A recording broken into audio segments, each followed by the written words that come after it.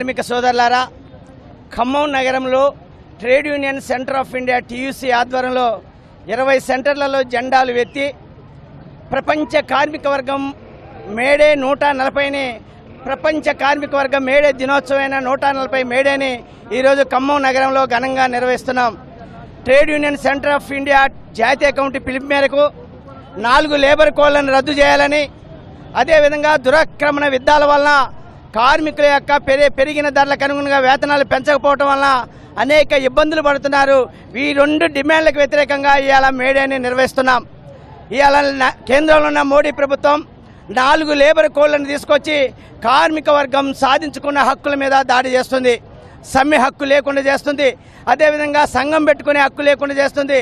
చట్టబద్ధమైన హక్కులను అన్నింటినీ కూడా ఈరోజు కేంద్రంలో ఉన్న మోడీ ప్రభుత్వం హరించి వేస్తుంది.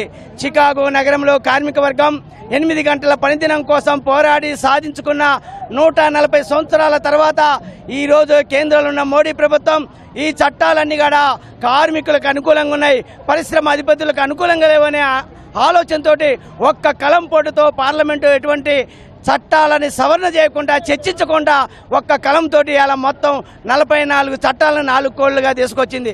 ఇది చాలా ప్రమాదకరమైంది. కార్మిక వర్గం ఉత్పత్తిలో పెంచుతున్నారే తప్ప వాళ్ళకి శ్రమకు తగ్గ ప్రతిఫలం ఇవ్వట్లేదు.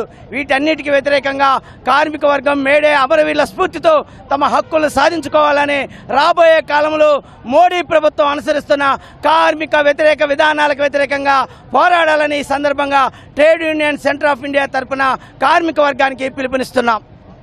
ప్రపంచాన్ని ఆధిపత్యాన్ని చెలాయిస్తున్నటువంటి అమెరికా సామ్రాజ్యవాదంలో పెట్టుబడిదారి వర్గానికి అనుకూలంగా ఉన్నటువంటి చికాగో పట్టణంలో ఉన్నటువంటి కార్మిక వర్గం చిందించిన రక్తంతోనే తడిసినటువంటి జెండే మేడే జెండా.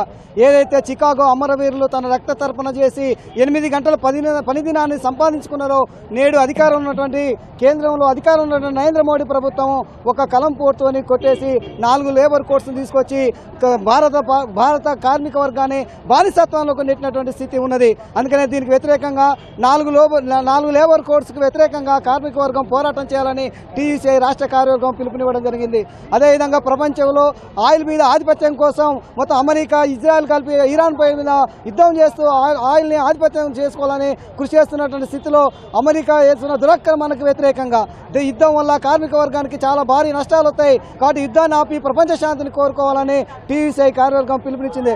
ఆ పిలుపులో భాగంగా ఖమ్మం నగరంలోనే వేలాది మందితో ఇవాళ నగర వీధుల్లో ర్యాలీ నిర్వహించడం జరిగింది.